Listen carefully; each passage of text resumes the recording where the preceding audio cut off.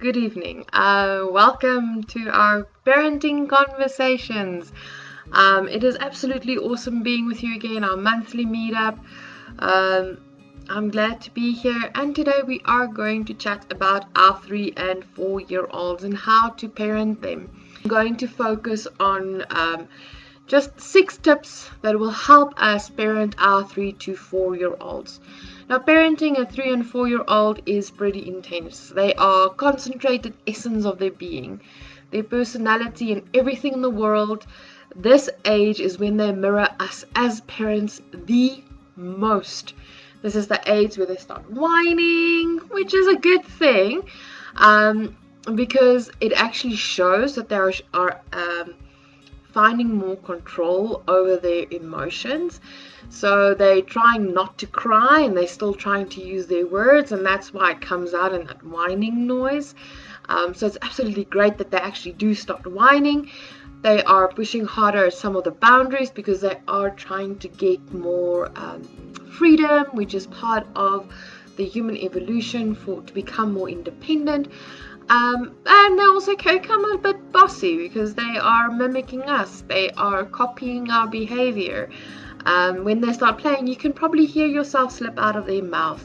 Each age has their moments. However, it feels like these 2 years specifically are the longest and the toughest years as a parent, and that we will ever have to parent as a parent. These years creates in us the everlasting fear of the teenage years. This is where we get our first taste of what our children might be like in their teenage years, depending on how we manage and parent this. How do we build the relationship now so that we have the relationship we want when they are teenagers?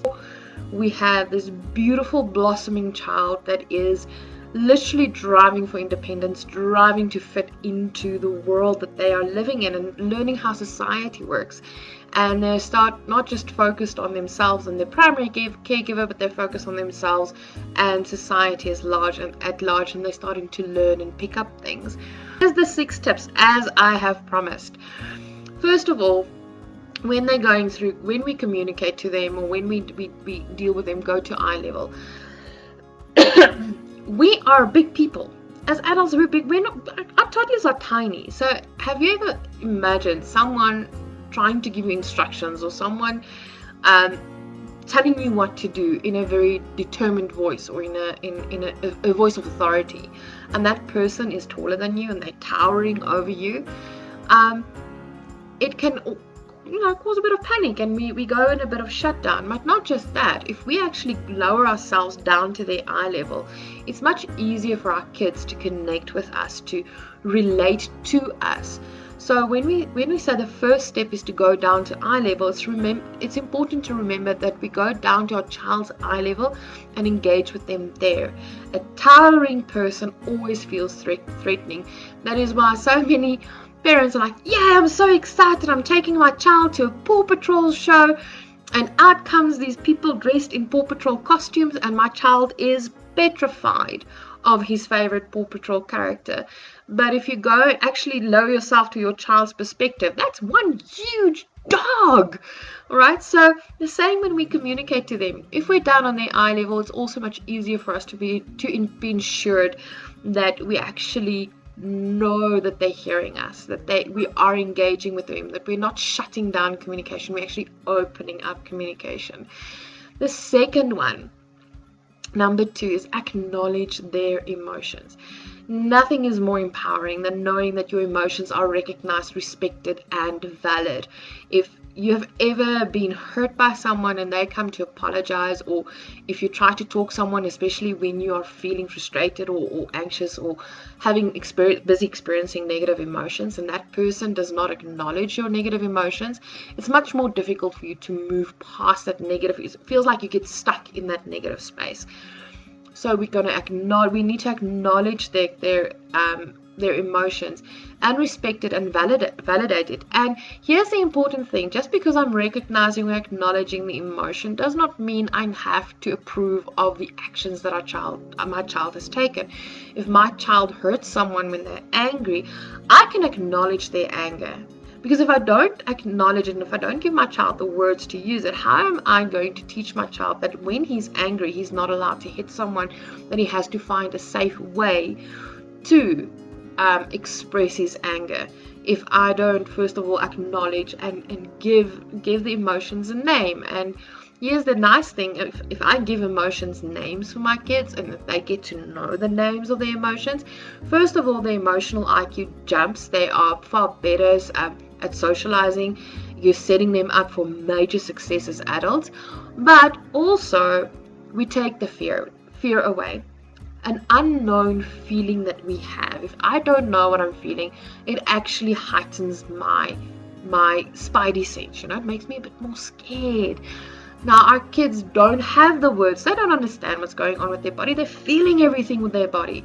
But so I need to name the emotion so that my child can have a name for it, know that it's not something unknown, so it's not something that I need to be scared of, and then they can actually work through it. And allowing our children to actually work through that, especially during this time period, and letting them get comfortable with the idea of experiencing negative emotions.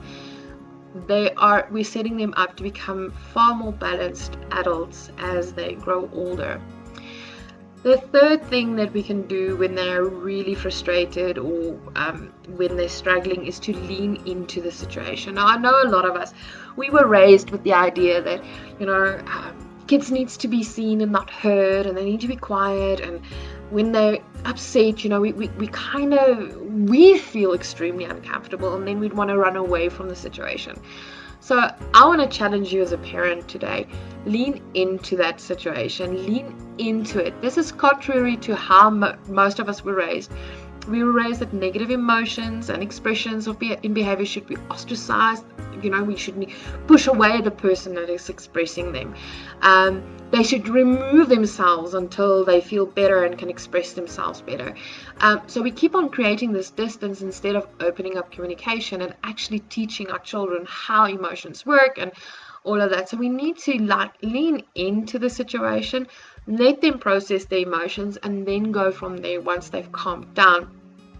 And it is very important. And one of the things that we can say while our kids are working through their emotions is, if it is a situation where you need to take a break as a parent. We all have days where we can actually stomach and really lean into it, and some days we are also at the end of our rope. When you have to go, then you can say, you know what, I'm going to be next door. I just need to calm down myself before I can help you, but I'm here and you're safe. Or if it's in a situation where they are disrupting the social setting or something like that, removing our child from that setting actually, and not to go punish or to go shout at them, but say to them, we're just moving to a different room so that you have space to work through your emotions. I'm not scared of your emotions. You are safe with me. I am with you and I love you. Let's just get you into a safe space where you can work through your emotions. That way we're also teaching them that it is okay when you are upset or when you feel angry or whatever. It is much safer for you to, rather than remove yourself from the situation so that you can calm down, so that you can reach your rational brain and then confront whatever situation needs to be confronted. If we never model that, if we never help our kids through that, they won't have those skills as grown-ups, and it's going to be something that they're going to have to learn as a grown-up, where you are in the perfect position to teach your child to be able to do that. Another thing that helps our kids, especially in the 3 to 4 year group, is to say to them, you know what, this is big emotions and I can sense you feeling X, Y, Z. And whatever emotion that you can pinpoint at that particular time, if you're wrong, they will help you and say, no, I'm not frustrated, I'm angry, or I'm upset, or whatever they feel like sharing with you. All right, the fourth one is don't step into the power struggle. We so often think that we have to exert authority over our kids, and we don't really have to. We already have a position of authority. We're bigger than them and we're their parents. We are in control. So the moment I view that I'm losing control over my child, I'm going to step into a power struggle. And it is more because of my own insecurities than really that my child is being impossible. So power struggles are only effective if there's two people in the struggle. Your child is trying to determine their own authority and their own abilities, but there's no need, nor will there ever be a need to try and prove who is in control. The moment that you as a parent start arguing with your child about who is in control, that's the moment your child is in control, and you have lost all your power over the situation, because you've lost control over your own emotional control and your own emotional regulation. So, and that is when we step into a power struggle. The moment you feel like you have something to prove or that you have something to lose, that is when you stepped into the power struggle. I can have discussions with my child about boundaries, and him crying or her crying, and our kids expressing their emotions and not being very much impressed with us as parents because we are enforcing the boundaries. I'm not going to argue with my child about who's in control.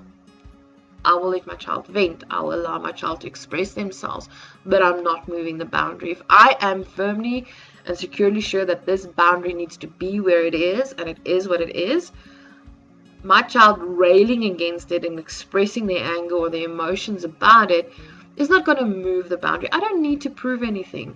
But what I do need, or I don't need to prove my authority, but what I do need to prove is I am here. I am the person you can trust. You are safe with me. I am your safety net. Because the reality is, as they grow older, especially when they get to teenagers, if I have not created the relationship of safety and trust, and that they are safe to be who they are in front of me and with me, when they're teenagers, I can forget about having that, oh, let's go have coffee and talk about the problems that you're facing, or the person you're dating, or those kind of conversations, if I don't start investing in it in that way right now. Because relationships outside of the home is still an emotive topic, especially when they're teenagers. So if I'm scared of the emotions now in the 3 to 7 or the 3 and 4 year old group, they're not going to trust us with their emotions and their hearts when they're teenagers. The fifth thing that we can do for our 3 to 4 year olds is give them real choices. This is so important. I've often seen parents giving children choices, and then it's not really a choice. It's a choice between doing what I'm telling you to do or being punished. That is not a real choice. It makes no, to them it makes no sense, and it's not a choice. It's manipulation. A real choice is giving a child autonomy. So how do we do that? We navigate it with, for instance, for 3 to 4 year olds, say for instance you need to go to the park and there's thorns in the park. You know that your child won't be able to play barefoot, and you know they have to put on shoes. But why not give them a choice of what type of shoes they want to wear, or when do they want to put on the shoes? Do they want to put it on when you're still at home, or when you get to the park? Give them real choices. Real choices is a choice that you will not override, that you are happy with no matter what they choose.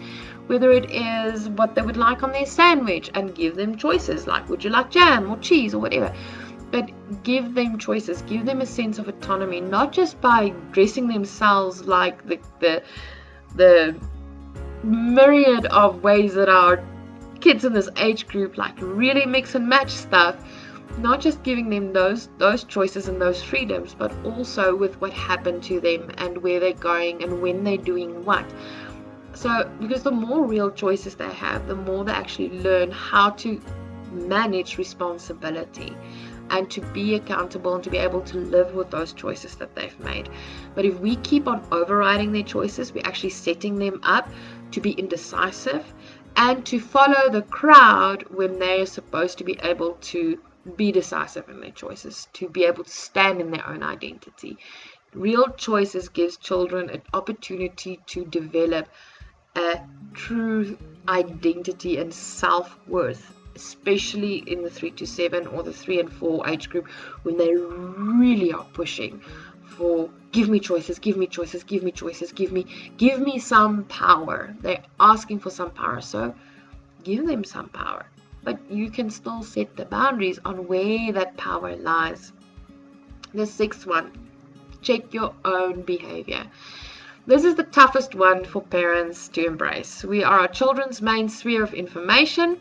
They look at us for how, when, where, and why of all behaviors. And if our child speaks rudely or bossy to us, chances are that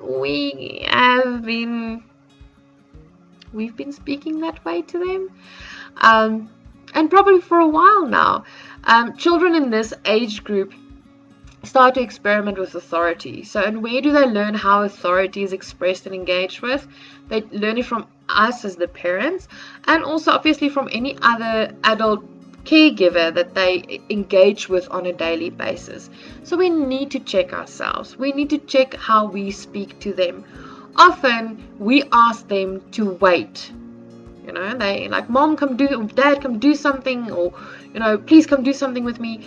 And then we tell them, wait, please give me 5 more minutes. Just wait. And then when we ask them to do something, we expect this kind of response. We, like, I spoke and you need to jump. But we've been telling them that it is okay. We've been modeling to them that it's okay to tell someone, please wait, or just wait, I'll be done now. And then we get annoyed when they do that to us. We need to understand that what we do with our kids or in front of our kids is what they will do. There's a reason the expression is what my parents used to say to me, don't do what I do what I say. Kids do what parents do. And that is our last checkpoint. The 6th point was checking our own behavior and how we engage with our kids.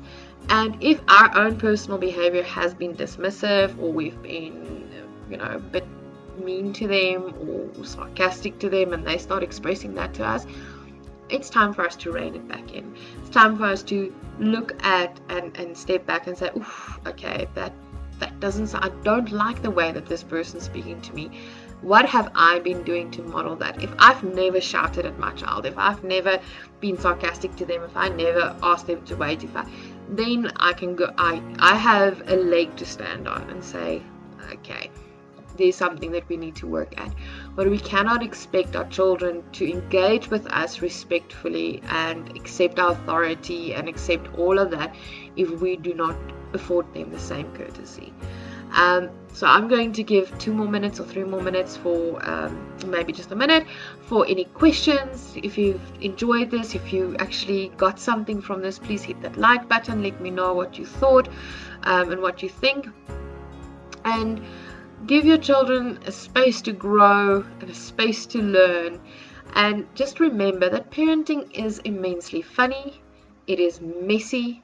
And we enjoy it and we grow in it, and none of us are perfect. We all make mistakes. We sometimes get things completely wrong, and that's okay because we're human. And the same goes for our kids. Sometimes they get things wrong too.